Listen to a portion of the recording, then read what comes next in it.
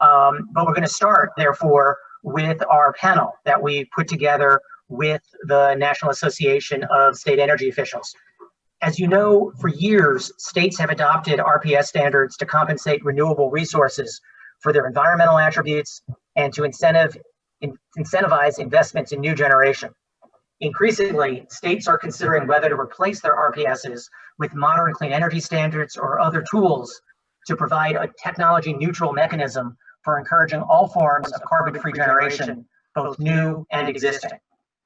Today's panel of leading state energy officials will discuss options for achieving states' increasingly ambitious clean energy goals. Leading today's discussion is Shushma Mazemore, Deputy Assistant Secretary for Environment and the State Energy Director in North Carolina's Department of Environmental Quality. Mazemore has 29 years of experience of public and private sector related to pollution control and engineering system planning, and is an engineer on top of that.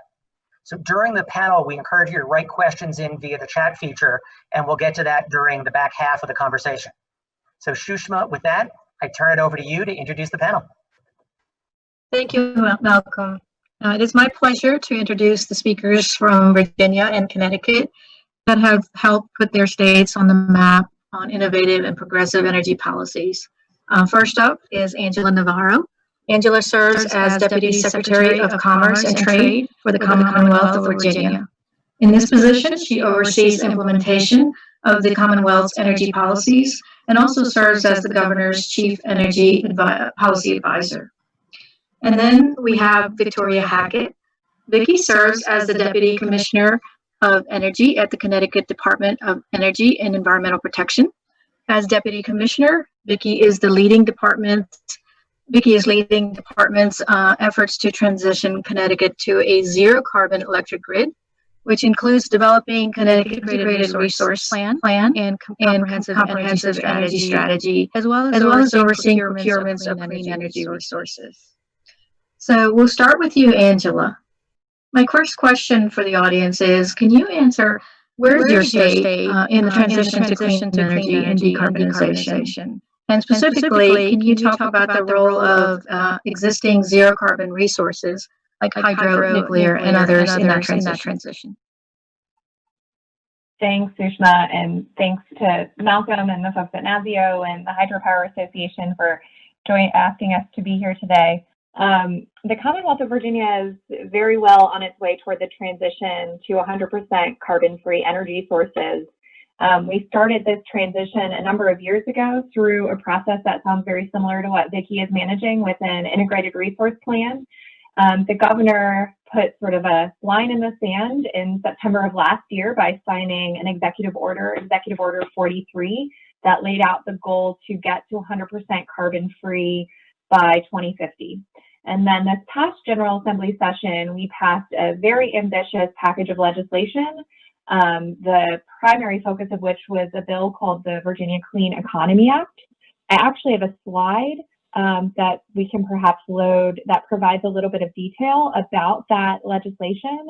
And Sushma, I can go into a little bit more detail to your question about how existing sources will play a role in meeting the goals associated with the Clean Economy Act.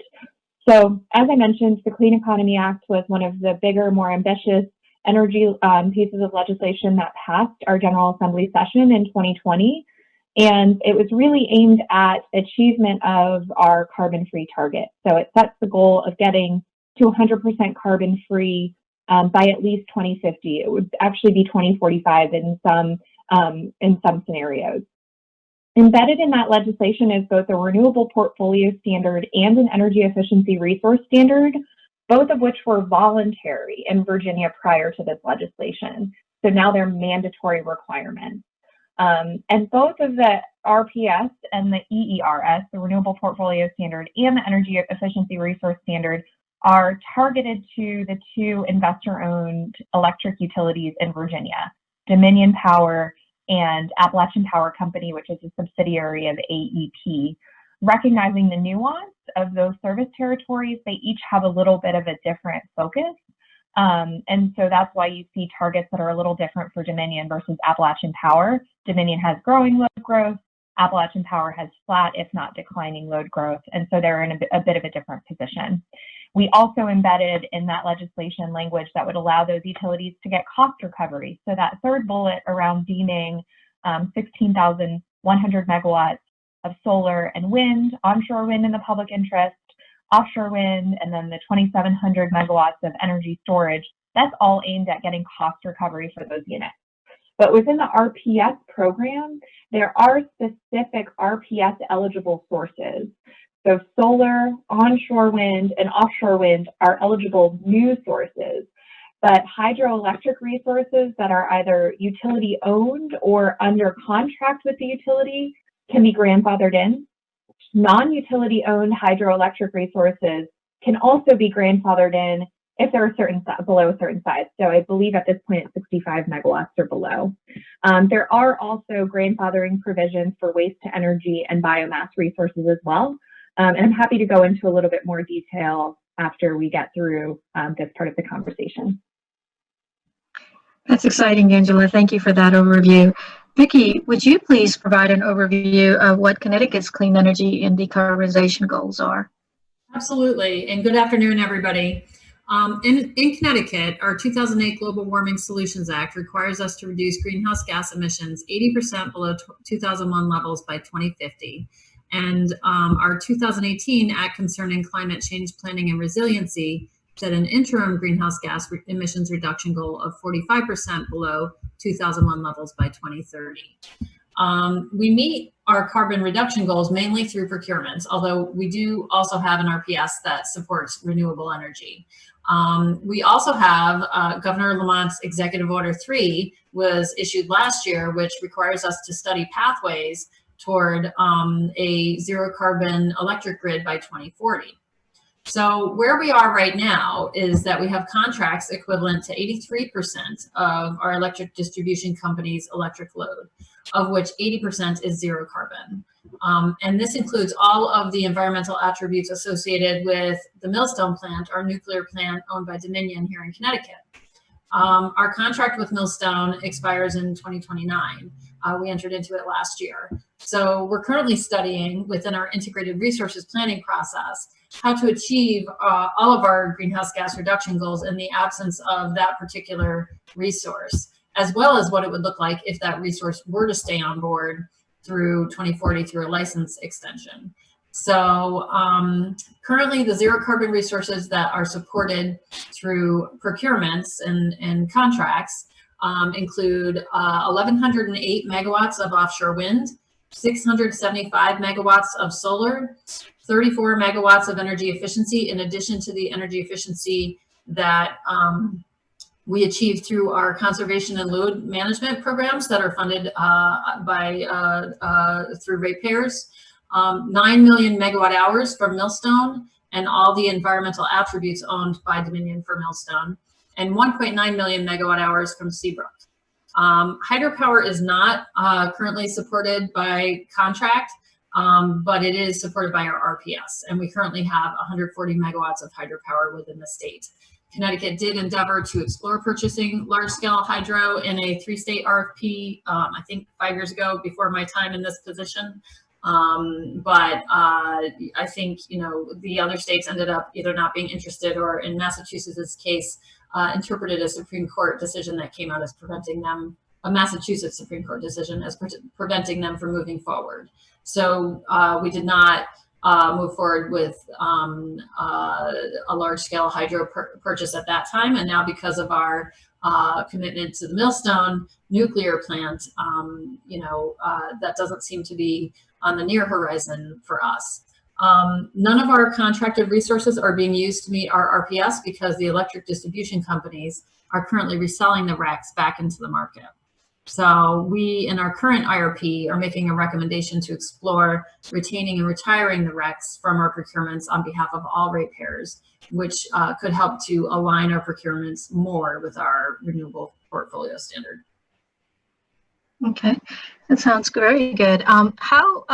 How is your state differentiating between clean energy standard versus renewable energy portfolio standard? Do you see the differences between them and how your policies are are put in place. It's a common misunderstanding or understanding, and it'd be interesting to see what you all have to say regarding those two terms.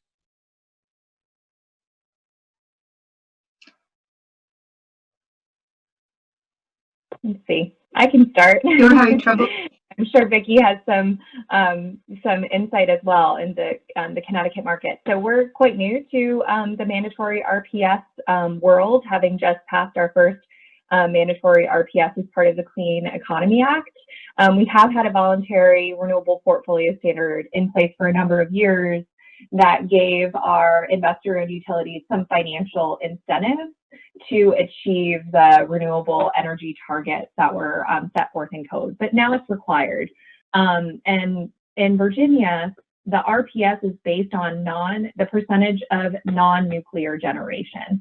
So we actually exempt nuclear generation when we categorize the 30% by 2030 that each of our investor-owned utilities would need to meet. Dominion Energy has some large nuclear facilities in Virginia. And so by taking out that nuclear load, we obviously are recognizing that those facilities will be sort of base load generation for some time. But it allows the RPS program to really focus on bringing new renewable assets online.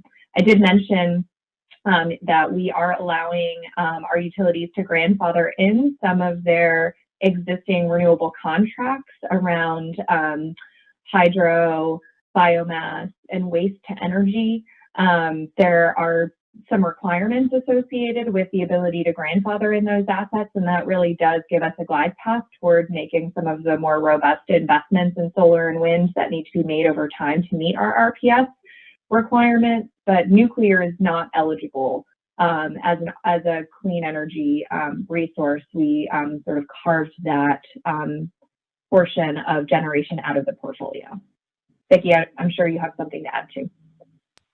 So yes, so our RPS statute, if anybody felt like looking it up, it's 16-1A20.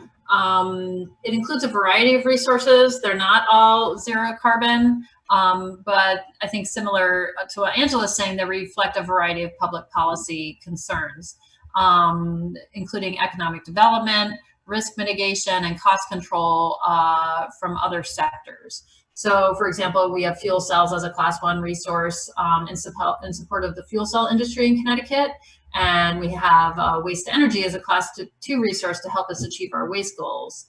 But generally speaking, our RPS in Connecticut does not build new renewable energy. So we have, over the years, had a variety of statutes that have given us procurement authority for additional resources. And more recently, they have had a focus on the zero carbon resources in order to achieve our statutory greenhouse gas reduction goals. And again, we also have Executive Order 3 now requiring DEEP to study pathways to a zero carbon electric grid by 2040. And through the IRP process, we're studying a variety of scenarios as applied to both sort of a business as usual load projection and also applied to a high electrification context, as we're also prioritizing strategic electrification of the transportation and building sectors. So we need to study the resource needs to accommodate the additional resources that would be needed to support that. Thanks for that. My internet connection went out, so apologies for that. Angela, can you give the audience an idea of how you're dealing with the concept of technology neutral standards, meaning that we may not specifically know what's going to come out 10, 15 years from now? Is the current law restrictive in any way regarding technologies? Yeah, Sushma, that's a really good question. So we recognize that there are lots of innovations in the energy sector that take place all the time. And the grid of today is going to look very different in 5, 10, 15 years. So we did try to work on a piece of legislation that would be adaptive, recognizing certainly that the technologies that are available to us today are the technologies that we want to see be developed. But we also recognize that technologies like offshore wind, we don't have a robust offshore wind market in the United States right now, but we see that on the horizon and think that it's an important new market from an economic development, job creation perspective, but also to provide a significant source of zero carbon generation. So we did include ambitious targets around offshore wind, 5,200 megawatts of offshore wind off the coast of Virginia or interconnected into Virginia, included in the legislation. Similarly with energy storage. So storage is another area where we see robust innovation, technological advancements happening all of the time. We have an energy storage work group that actually completed a report that looked at some emerging storage technologies. And so we did define storage very broadly to allow for these emerging technologies to be eligible. We have some pumped hydro in Virginia. I believe one of the largest pumped hydro facilities in the country is located in Southwest Virginia.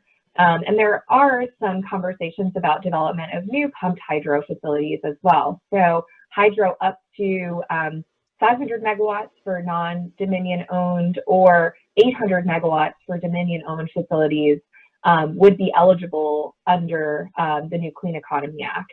And then energy efficiency is another area where we see lots of technical innovations. We passed a big piece of legislation 2 years ago called the Grid Transformation and Security Act that provided a pathway for our electric utilities to make grid modernization improvements, both hard infrastructure, but also soft technological innovations around data analytics and data collection, and ensuring that the grid is becomes more efficient over time as we have these new technological advancements. So that's really something that's important in the Commonwealth. We have a vibrant university system that does research and development. We have a significant amount of cybersecurity firms that are located in the Commonwealth, and we want to make sure that we're able to deploy those technological advancements. So, Thank you, Angela. sorry. Go ahead, and I'll add a related targeted question for you. Go ahead. Oh, okay. Well, I was just going to say, you know, here in Connecticut, our legislature is very active as far as passing statutes related to procurements. You know, they are very invested with, you know, understanding the RPS and learning about. Hi, Shushma. Hi, sorry to interrupt. We were able to get the senator. She just finished her vote off the floor. So we're going to interrupt this panel just for a few moments so we can have a conversation with the senator and then come back to this panel because I want to hear more about the technology neutral standards and how different states are juggling these challenges. If you've got questions, keep putting them into the chat feature because we'd love to come back to them. But now we will switch gears if we could. And let me introduce Senator Lisa Murkowski. The senator is a stranger to no one attending this event. She's been a recognized leader and architect in Congress on energy legislation, pursuing the whole array of policies to make America's energy more abundant, affordable, clean, diverse, and secure. And I'm not sure with the technology, Senator, I think your screen has flipped again. Is it flipped in the right way? No, it's the wrong way. There Oh, you go, that now way. you're right. Okay. All right, that works for you. Great. It works for me. Great. Well, welcome. Thank you for making time. I know you're juggling votes off the floor. You've always been a huge supporter of hydropower, and we appreciate that. So maybe that's actually a good place to start, is to start with your time as chair of the Senate Energy and Natural Resources Committee. I was looking back at how the energy system has transformed over the last 6 years during your tenure. Net U.S. oil exports are the lowest since Eisenhower was president. Emissions of criteria pollutants from the power sector continue to decline. Average electricity prices have remained relatively flat. Through that lens, what's your outlook for the nation's ability to forge a path to a clean energy future? And maybe more specifically, kind of your thoughts on the evolution of the electricity grid.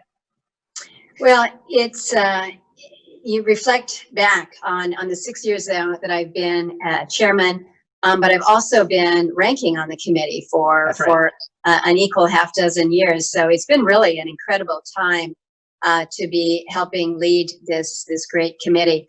As you mentioned, you know, when I became ranking member, this was back in 2009. We were dependent on foreign oil. We were worried about LNG import facilities that we're going to be lining our coasts.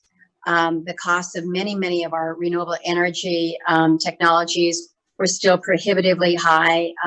So you just didn't see the deployment. And we've just seen that change in such a remarkable way. And at times, it's been the federal policy that's actually helped it. Shale revolution for oil and gas. As you mentioned, we're now a significant exporter of both resources, particularly after we were able to successfully lift our crude oil export ban. We've seen the cost of renewables come down dramatically, which has been very significant. Host of new technologies like carbon capture, advanced nuclear. There's just so much that is exciting that we're working with. So your question about, what do we see? What do I see going forward? I think we really are on a solid path to a clean energy future. This year has been very hard, as we all know, but we're still on a trajectory that is good, and I think it's good because energy is becoming cleaner, and cleaner energy is becoming cheaper. And I just don't see that changing. I see that continuing. Where we've missed out at times is in updating our federal policies to take advantage of some of the opportunities that we have and to address the challenges. When you think about it, oftentimes it's not things like the technology or even the capital. It's our own federal policies that weight us down because we haven't changed them. I've been working, as you all know, to modernize, to update our energy policies. The last time that we really did that in a significant way was back in 2007. We came close in 2016, passing a bill with 85 votes. We fell short in conference, very disappointing, but we are at it again. We're trying it again. We've got a better bill, a more updated bill. We are still able to draw strong support. We just need to shake it loose from this unrelated dispute within another committee. But again, when I think about our energy future, there are so many different areas and ways that we can be working together to gain the bipartisan support to really move out this energy future. And we've been fortunate in having a good partner with Senator Manchin in this past Congress. We've got a lot more good ideas to be advancing, and certainly hydropower is on the list with a big seal of bipartisan support. So we look forward to helping advance that. Well, good to hear it, Senator.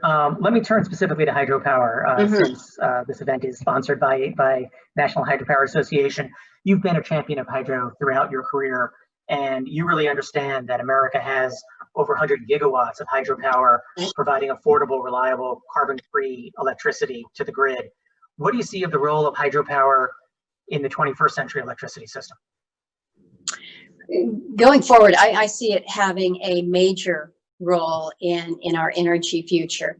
It's both my hope and expectation, and this is for both generation and for storage.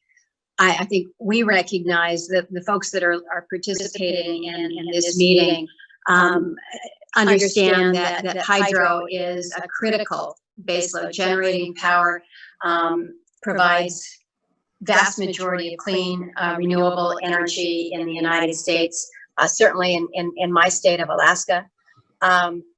It's also, though, a critical energy storage asset, and I think that role that it plays is really significant. You've got pump storage accounting for 95% of all utility scale storage in our country right now. And again, it's clean. This is what we're trying to move towards.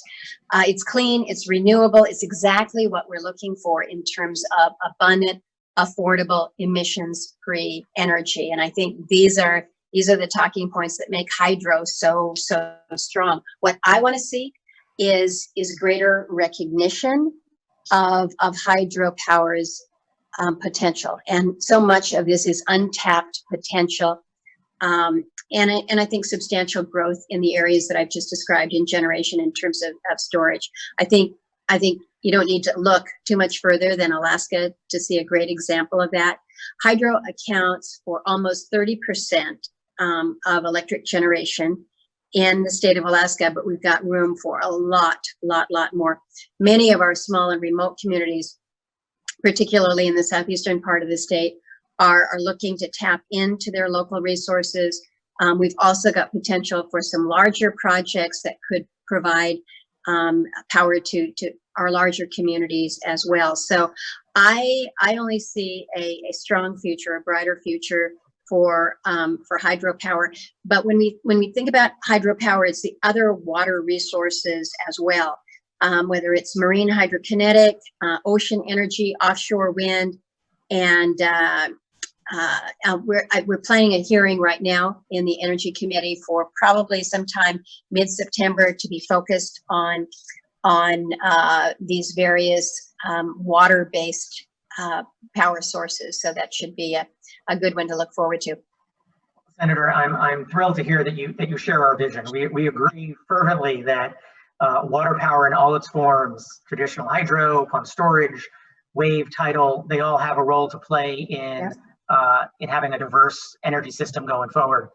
In fact, we're celebrating, I think later this month, the ribbon cutting for a new generation on an existing dam.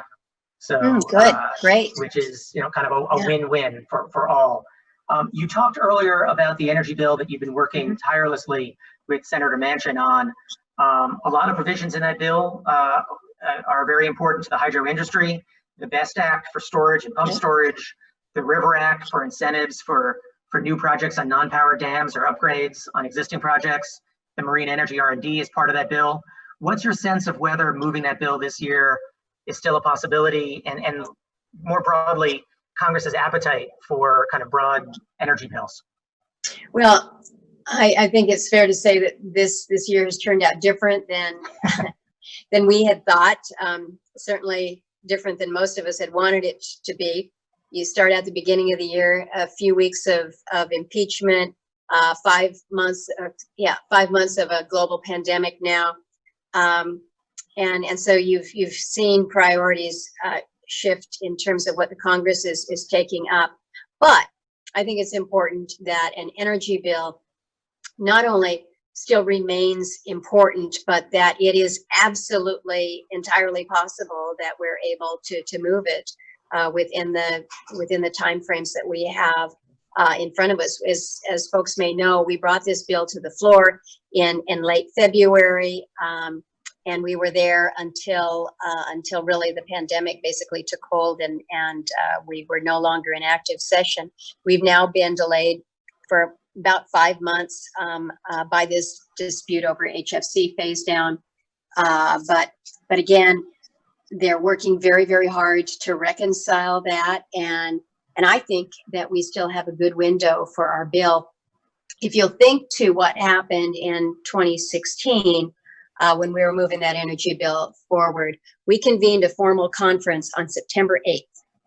So, well beyond the pace this year, but really by virtue of what we did in 2016, many of these policy areas are pretty well understood across the chambers. So we're not looking at uncharted waters here. I think that there is a bipartisan, and I think there is a bicameral desire to do this, to enact some of the older ideas that should have become law really years ago, as well as some of the newer ideas that are just as deserving. I've heard some people suggest that, well, wait a minute. You never can tell what's going to happen in the election, and we might get a better deal next Congress. Well, I will remind you, it's been 12 years. And so what we're trying to do is we're establishing the base here. Let's get caught up. And then next year, hey, count me in on starting on yet another energy bill, because we not only need to get caught up, we need to be leaning in. We need to be really moving forward. So I was ready to pass our bill before the pandemic. I'm even more ready to do so now. We've got priorities from more than 70 different senators that are included, support from more than 200 stakeholder organizations. So I am ready to go and can do so at a moment's notice. And NHA is one of them. In light of what you just said, Yes. that many of these provisions are non-controversial, they're well established, they would stimulate the economy. Is there Yes. any chance of these provisions getting put on a future COVID relief act, if there is one? Is that an Yeah, option you're considering? Obviously, that's what the big discussion is right now, is what is in and what would not be in this next COVID relief package. I think we've seen that many of the energy related items have not been incorporated to this point. And so I'm not entirely optimistic. But what I'm doing is I'm making sure that we're leaving no avenue not explored. So we're explaining why these are priorities, why these would help to stimulate the economy. And as you point out, they most certainly do. The bipartisan package you've put together really has been a tremendous effort, and it would be a huge missed opportunity if you're not able to find a way to make it happen this Congress. So we appreciate all that you're doing. We've probably got time for one last question. So let me leave it with asking for your advice. Okay. You've been at the center of U.S. energy policy debate, as you said, for a decade or more. How do you feel? Do you feel that hydro has a seat at the table? And what more, if anything, can we do or should we be doing to raise the visibility of the challenges and opportunities that hydropower offers? Well, it's a good question. It's a fair one, because there's no question but that hydropower deserves to have a seat at the clean energy table. It's emissions free, it's renewable, it can produce the stable, reliable, affordable baseload power. It's all the things that we want. And yet, despite that, it doesn't always seem that hydropower is actually provided a seat at the table. It's not, in my view, given the recognition or the value that I think it deserves. And I can't tell you how many proposals that I have seen, and you probably have seen them too, because you're specifically looking for them, but where hydropower is excluded from a baseline, or it's only given partial credit, or for whatever reason, it's allowed only in certain forms, or perhaps after an artificial date, or being placed in service, that type of a thing. And so I think what has to happen is the industry has to tell its story, because it is a good story. There's nothing superior about wind or solar in some ways, given the variability of both of those. They're actually inferior resources to what hydro can offer. So I think that the hydro sector just needs to be very proud of what you have to offer. I think that you need to demand to be part of the country's energy policy in that way. So I would encourage folks to speak out when you see something that is broken or that could work better. We did that back in 2018 when we passed a bill that I had introduced to take Congress out of the approval process for certain hydro projects. And the fact of the matter is, it was Congress that was the impediment due to the legislative kind of the prisoner taking that occurs in both chambers. And I think that was a win. I think what we need to be doing is looking for those and working to help make the regulatory process work better. So it helps me to know from you what you're hearing, what you think we can assist with. And I think together we've got a good chance to raise the profile. And again, excuse me, as I mentioned, we'll have an opportunity to have a hearing in September, so we'll be sure to put it front and center, all the good things that hydro has to offer. Well, we appreciate that, Senator. I hope there's a growing recognition that hydro does play a role in a 21st century grid and is a critical part of a climate solution. We think actually we could be a force multiplier for deeper penetration of wind and solar by being able to balance out the kind of long duration storage, and that these technologies really do work well together. Appreciate your continued leadership on all of these issues. I know you're busy, so we're delighted that you were able to juggle between votes.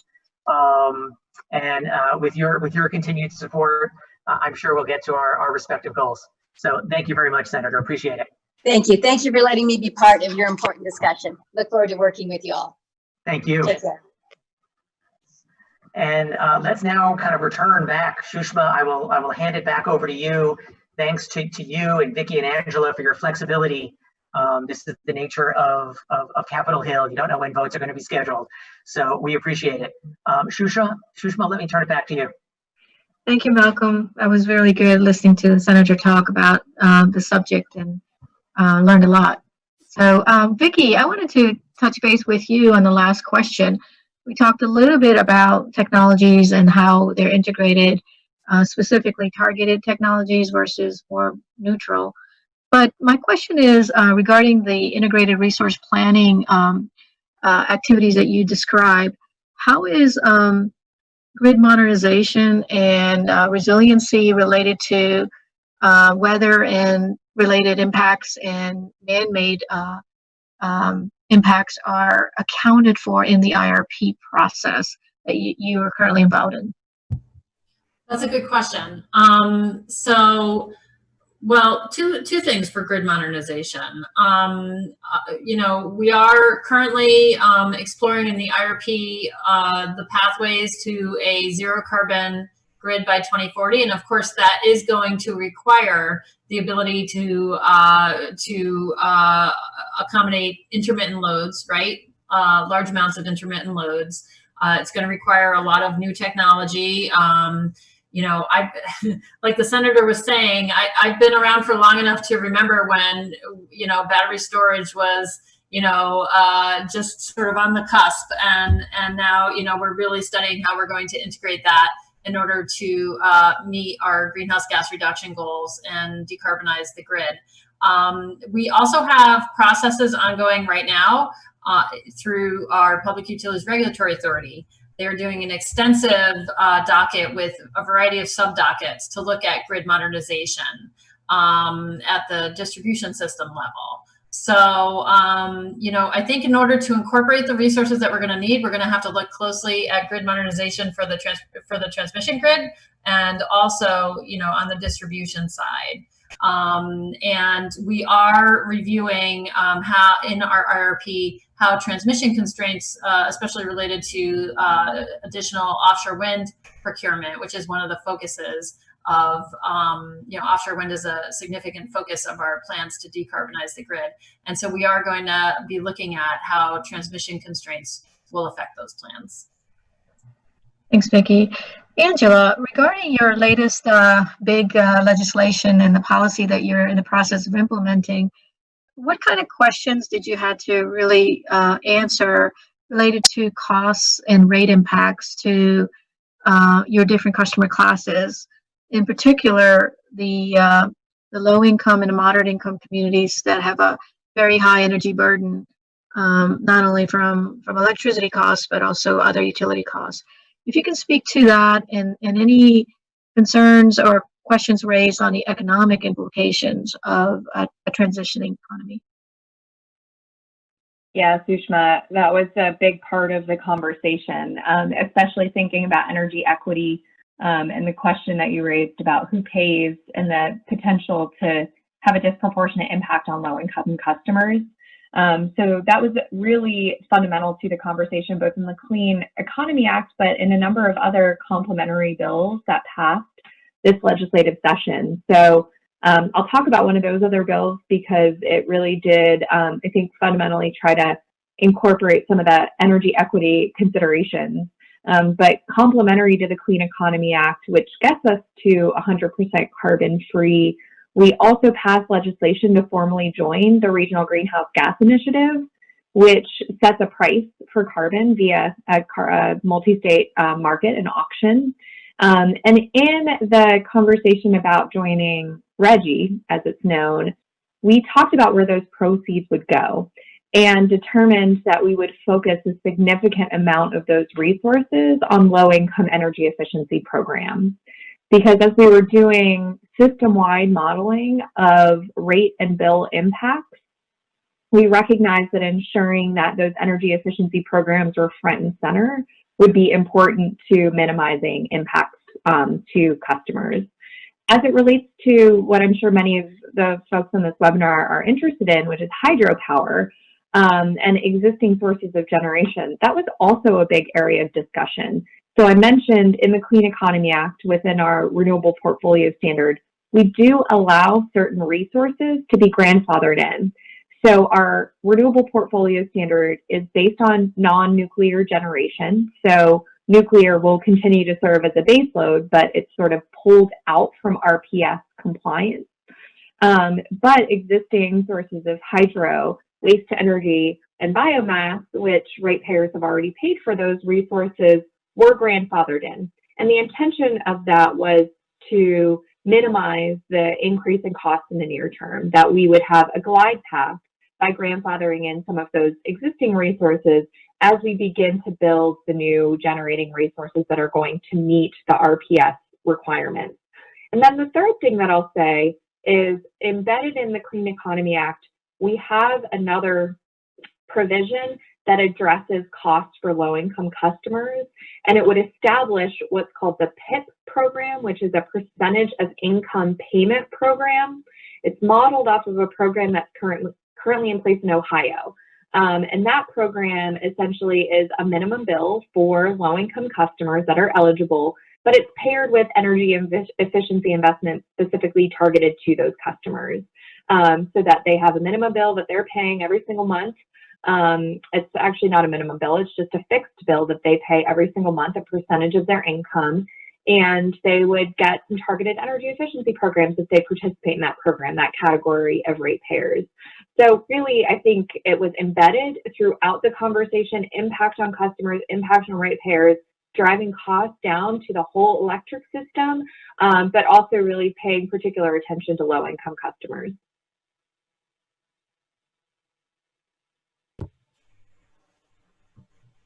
Vicki, follow-up question for you. It's a two-part question. And the first part is, in your least cost planning process in the IRPs, where does hydropower on a large scale stand in the least cost planning process? And do you all account for any kind of cost of carbon in that least cost analysis? So yes, we do account for the cost of carbon. As far as where large scale hydro falls, we have not released our results of our planning processes yet. But given that we have a significant amount of load contracted through the Millstone power plant, you know, hydro in the near term does not play a very significant role. But of course, we're going to have to look at what happens after Millstone potentially retires at the end of its contract. So we are looking at what resources will come on board to fill that void at that time. We're also looking at it from the context of if Millstone sticks around a bit longer, right? So, you know, I think that would be where you might see hydro potentially playing a role. Okay. Malcolm, we're about 10 minutes from the end of the hour. If it's okay, let's open it up to the audience's questions. Sure, and we've got a lot, so there's no way we're going to be able to ask them all. But let's start and see where we go. One question that's been asked a variety of different ways is with respect to carbon pricing. I know that's being handled differently in different states, but I wonder if the panelists could talk about whether the conversation in your state or in other states are focusing more on RPSs or clean energy standards, or is the conversation migrating to carbon pricing mechanisms instead? Is kind of what's dominating the energy discussion at the state policy level? So I'd love to jump in on that. So currently we're sort of looking at all of that, right? But I think we already have an RPS. It doesn't, it's not a clean energy standard. Massachusetts has a clean energy standard. I think if we had a clean energy standard, it would be most beneficial if it was regional, because otherwise we end up sort of in the same position that we ended up in with our Millstone power plant, which is, you know, our regional markets did not support the retention of that nuclear plant. And so Connecticut ratepayers ended up having to pay the entirety of the contract to support that plan. So a clean energy standard that isn't regional may not be that helpful to us. So, so we have sort of dealt with it through procurements, but one of the other things that we're studying in our IRP is the potential for carbon pricing on fossil fuel plants in Connecticut to help drive us, toward our goals. And, I think the main thing for us is we really need to have a regional approach to retaining significant resources such as our nuclear power plants. Well, I can add a little bit to what Vicki said, because in our sort of large energy omnibus bill that I talked about previously, the Clean Economy Act, we actually did include language in there that any new fossil fuel fired generating unit, that our regulatory body, which is the State Corporation Commission, has to factor in the social cost of carbon associated with that unit. We actually included reference to the Obama era EPA report quantifying the social cost of carbon as a report that the State Corporation Commission should take under advisement. So they don't need to base their entire determination on the social cost of carbon associated with that unit on that report.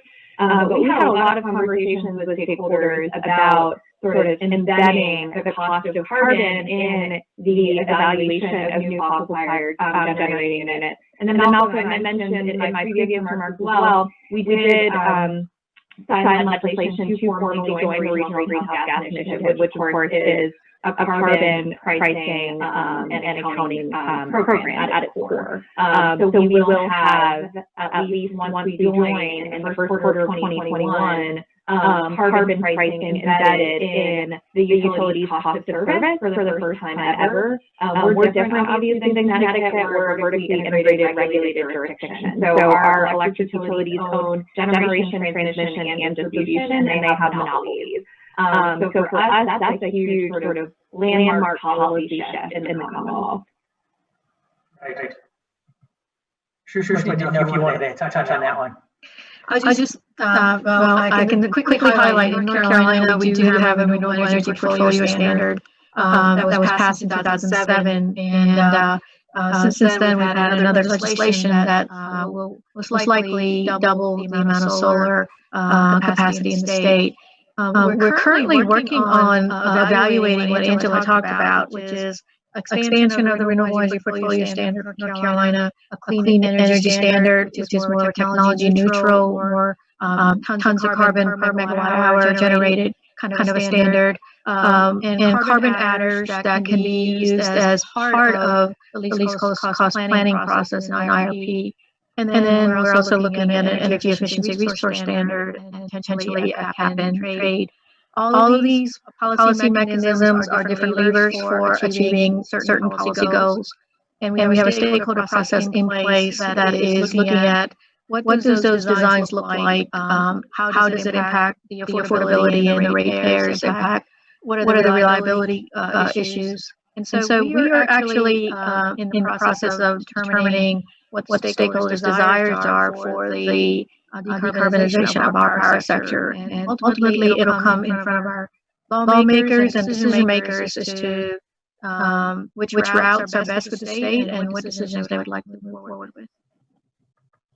Thank you all. This next question is a little long, but I think it's a great question. While the initial RTS policies were social policies to reduce carbon emitting resources and promote or incentivize the growth of some renewable energy resources. Whether intended or not, these policies penalize non-qualifying renewables, including hydropower and pump storage. Since different renewable energy technologies provide different power quality and grid benefits, how are these newer policies considering the physics of the power grid, reliability, resiliency, security, while also promoting the growth of clean energy technologies? How do you balance the goal, essentially, of trying to get deeper decarbonization with the physics of the grid and the reliability that's required? Who wants to tackle that? I'll go first on that. So because we don't rely solely on our RPS to craft energy policy in Connecticut, we can account for, the RPS doesn't procure new renewable generation for us, and it also does not take into account reliability, right? So that's what we do through our integrated resources plan. We also, our integrated resources plan and our comprehensive energy strategy, which are two planning processes that we engage in at DEEP in Connecticut, both look at sort of how do we meet all of those goals. And they form the basis for Connecticut's energy policies and the basis for our engagement with legislators on procurement authority. And, it's often through that procurement authority that we are able to look at, how are we meeting our reliability goals along with our zero carbon goals. And so, for example, our last few procurements have been zero carbon focused, and we've generally mainly focused on offshore wind and nuclear for those two procurements. And the need for the focus on nuclear was to support our local nuclear plant. Otherwise, there may have been more of a focus on large scale hydro. Anyone else who want to jump in on that one? Sure, I'm happy to add a little bit. I mean, I think in the Commonwealth, we have an integrated resource planning process as well that occurs at our State Corporation Commission that is least cost planning and includes the same reliability considerations that Vicki mentioned as well. In the legislative package that we passed this session, that included the RPS and the EERS and a number of other legislative enactments around other sorts of resources. We did include a number of areas of language around reliability and ensuring that there is reliability associated with the grid. Certainly, Malcolm, to your question about preference of certain technologies over others, that absolutely occurs in the conversation around these pieces of legislation. It's why we grandfathered in certain resources. It's why we deemed other resources in the public interest. And there is always a lot of debate around that. But ultimately, as the utilities are preparing their integrated resource plans, they're looking at those statutory provisions for guidance. Unless they're actual requirements, there is some flexibility in terms of other assets that can be included in their generation mix. And I would also just quickly add that reliability, affordability, and safety are the three tenets of our power system through which our economy is based on, and we are all accustomed to our lights coming on when we want them. But as we all think about transition to adding two additional tenets, we call is carbon reductions as well as equitable access or equity. Both of those additions will need to be weighed in and balanced with these core values that we define as part of our system. So it is part of our calculus, our planning at the IRP level, but also at the cost-benefit analysis for the state. All right, well, I think that's going to have to be the final word. We are at the top of the hour. These sessions always go way too fast. I've always got more questions myself, and lots of other questions have come in. Thank you for joining our first Path to Clean Energy webinar series. I want to thank Senator Murkowski, Shushma, Angela, Victoria, all of you for taking your time out, for joining us, and for your flexibility in adapting to the senator's schedule. And a special thank you to my friends at NASIO, Dave Terry and Sandy and others for partnering with us. Hope you've enjoyed today's discussion. For more information about hydropower, to learn about NHA's events, visit us at hydro.org. With that, I will say, stay safe, healthy, have a wonderful day. Thank you, everyone. Thank you.